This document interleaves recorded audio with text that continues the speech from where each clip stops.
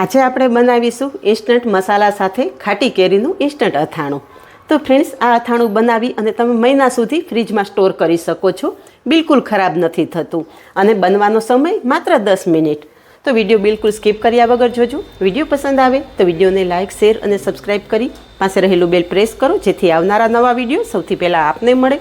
તો ચાલો બનાવીએ સ્પેશિયલ મસાલા સાથે કાચી કેરીનું ઇન્સ્ટન્ટ અથાણું। કાચી કેરીનું ઇન્સ્ટન્ટ અથાણું બનાવવા માટે અહીંયા મેં 500 ગ્રામ કાચી કેરી લીધી છે। કાચી કેરી આ રીતે એકદમ તાજી અને કઠણ હોય ને એવી કેરીનો ઉપયોગ કરવાનો, તો જ તમારું અથાણું લાંબા સમય સુધી ખરાબ નહીં થાય।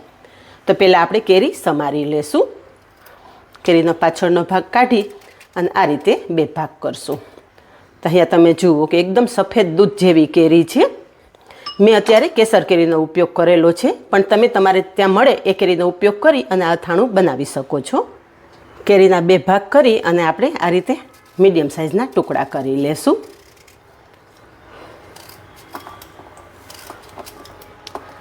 કેરીના ટુકડા તમારી ઈચ્છા મુજબ તમે નાના કે મોટા કરી શકો છો, પણ મીડિયમ સાઇઝના ટુકડા કરશો ને તો અથાણાનો બિલકુલ બગાડ નહીં થાય।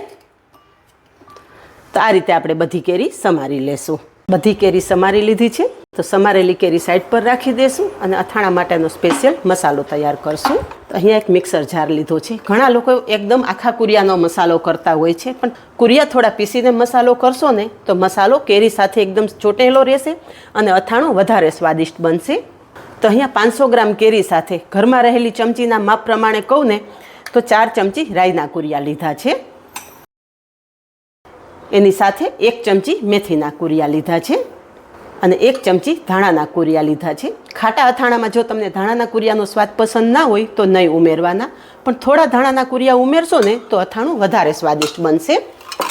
1 ચમચી વરિયાળી ઉમેરશું અને એની સાથે 20 થી 25 નંગ કાળા મરી ઉમેરશું।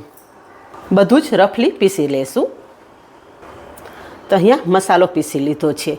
2 જ વખત મિક્સર ચાલુ અને બંધ કરશો ને એટલે આ રીતે મસાલો તમારો પીસાઈ જશે અને તમે જોઈ શકો છો કે બધા જ કુરિયા એકબીજા સાથે સારી રીતે મિક્સ થઈ ગયા છે અને વરિયાળી પણ થોડી પીસાઈ ગઈ છે। તો પીસેલો મસાલો એક બાઉલમાં લઈ લેશું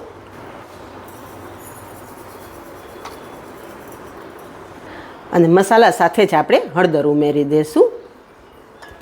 હળદર આ રીતે મિક્સ કરી દઈશું। હવે અહીંયા મેં અડધી વાટકી તેલ લીધું છે। ચમચીના માપ પ્રમાણે જોઈએ તો 6 થી 7 ચમચી જેટલું છે। વઘારિયામાં લઈ લેશું અને તેલ ગરમ કરી લેશું। અહીંયા તેલ ગરમ થઈ ગયું છે। તેલ એકદમ ધુમાડા નીકળે એવું ગરમ કરવાનું અને થોડું ઠંડુ કરી લેવાનું। પછી અડધી ચમચી જેટલી હિંગ ઉમેરી દઈશું। અહીંયા તેલમાં હિંગ થોડી કકડે ને એટલે તેલ આપણે મસાલા સાથે ઉમેરી દઈશું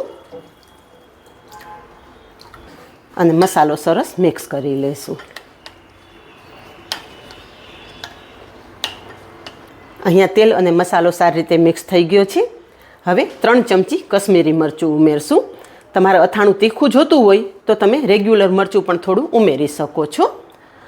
મરચું પાવડર પણ મસાલા સાથે મિક્સ કરી દઈશું। તો અહીંયા ફ્રેન્ડ્સ, મસાલાનો કલર તમે જોઈ શકો છો, એકદમ લાલ ચટક કલર આવેલો છે। હવે મસાલા સાથે 1 ચમચી મીઠું ઉમેરશું। મીઠું મસાલો તૈયાર થઈ જાય ને પછી જ ઉમેરવાનું। જો પહેલાં તમે ઉમેરી દેશો અને ગરમ તેલ નાખશો ને તો મીઠાનું પાણી થશે, એટલે આ રીતે મસાલો કમ્પ્લીટ તૈયાર થઈ જાય ને પછી છેલ્લે મીઠું ઉમેરવાનું। આ રીતે બનાવી અને મસાલો તમારે સ્ટોર કરવો હોય ને તો તેલનું પ્રમાણ ઓછું રાખવાનું અને આ બધા મસાલા મિક્સ કરી અને તમે આ રીતે અથાણાનો સ્પેશિયલ મસાલો તૈયાર કરી અને સ્ટોર પણ કરી શકો છો। હવે અહીં આપણો બધો જ મસાલો એકદમ સરસ તૈયાર થઈ ગયો છે અને ઠંડો પણ થઈ ગયો છે। સમારી રાખેલા કેરીના ટુકડા છે આપણે મસાલા સાથે મિક્સ કરી દઈશું।